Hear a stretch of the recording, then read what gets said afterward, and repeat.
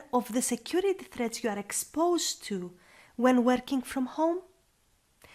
Hey there, Yota Nicolaidou here, and welcome to another episode of your Security Boost, in which we demystify security and simplify protection for your personal and business valuable assets.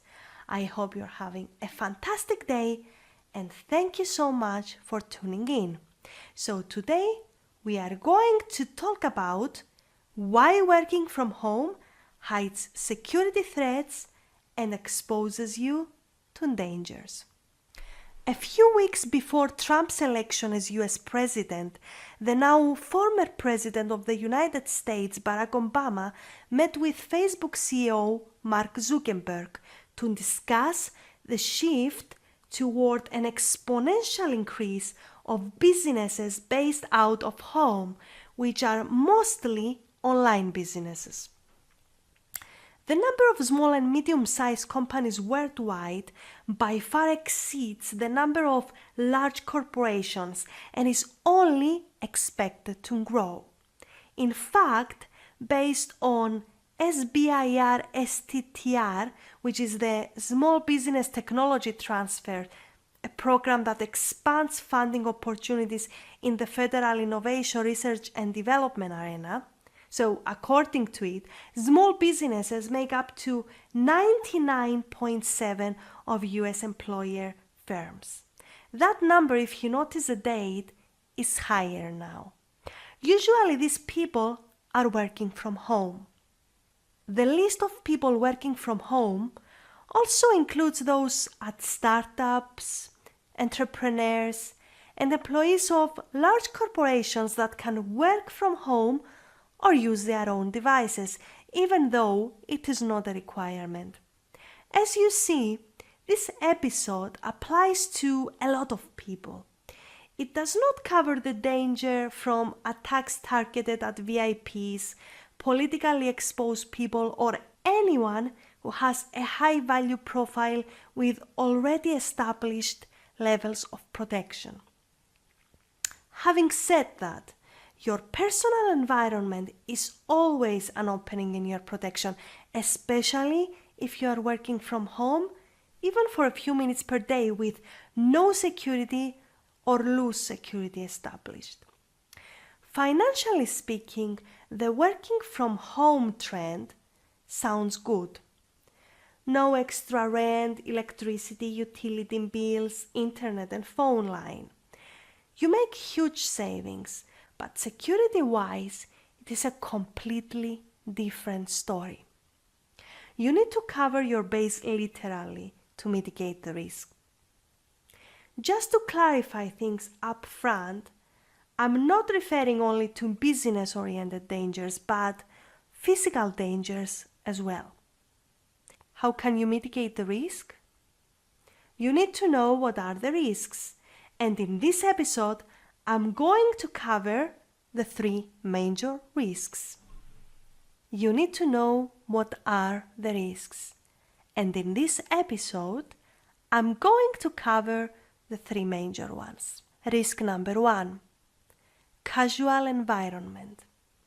In the conditions of a shoestring budget, security is the last thing you are going to consider, simply because it's not a priority for you and because you are not aware of the involved threats that are related to such a casual environment. There is no security infrastructure. The devices, in most cases, are not set up properly. There are no systems and software dedicated to security. In the best case scenario, you might have a remote IT occasionally to help you with software installations or when something is wrong, so you do not even update your systems on time. There are no security measures, for example, no data backup ever or rarely. The computer is used for both personal and business purposes. You do not have any training to avoid cyber attacks. Overall, you are not covering even the basics, which makes you a first-class target for criminals. In fact, based on statistics from IBM, 62% of attacks, which is about 4,000 attacks per day, are targeting the categories of small and medium-sized businesses and entrepreneurs, of course. And that is because you are an easier target to penetrate in comparison with large corporations. Based on a 2017 case study, which was performed at the end of the year, 7 out of 10 attacks are initiated because of a human error. That is by the user, which means that attackers depend on you making a mistake. Considering that most probably you do not have the appropriate training to avoid cyber attacks, your level of defense should be as simple as possible and cover important bases. Risk number 2. Blur lines between personal and business life, working from your home garage and accepting visitors at home. Having your website listing your landline and personal mobile phone number and house address. Having open identity links such as your IP address, which is a number-based code which is unique for your device and which can identify your physical location. Being too open on your social media accounts, which are a continuous source of free information to cybercriminals about your behaviors and habits and easily lead to ransomware attacks, impersonation, and identity theft. And risk number 3, psychology of feeling safe. Yes, that is your greatest blind spot. Here is the thing. Everything we do in the digital world leaves traces. Think about it as digital fingerprints. We must be careful of where we leave this type of fingerprints. In fact, the more careful you are in avoiding leaving fingerprints, the higher your protection levels are. However, our home comes in contradiction to this, as by default, home is considered a safe place for us and our family. This belief creates a blind spot for your protection by not allowing you to consider the case of building up your defense against attacks. If you do not consider it, you do not do it, and you stay completely vulnerable to attacks. What can you do about it? First, be aware of the dangers and then work on ways to eliminate or at least mitigate them. You can achieve that by crafting a security strategy based on your specific needs, which includes evaluation of your threat levels, examination of your physical and virtual environment, and evaluation of your daily habits in order to learn how to not enable or avoid cyber attacks that are coming your way.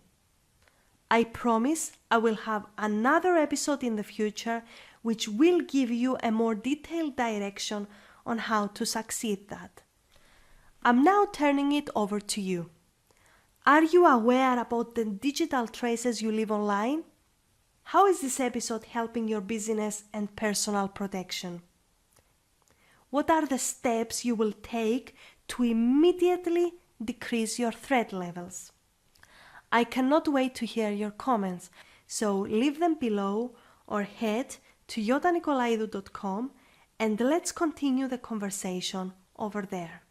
In order to give you your security boost, I need your feedback about your pain points, frustrations, problems, and issues related to security. So head over to the fantastic lounge of iotanikolaidu.com and leave a comment now.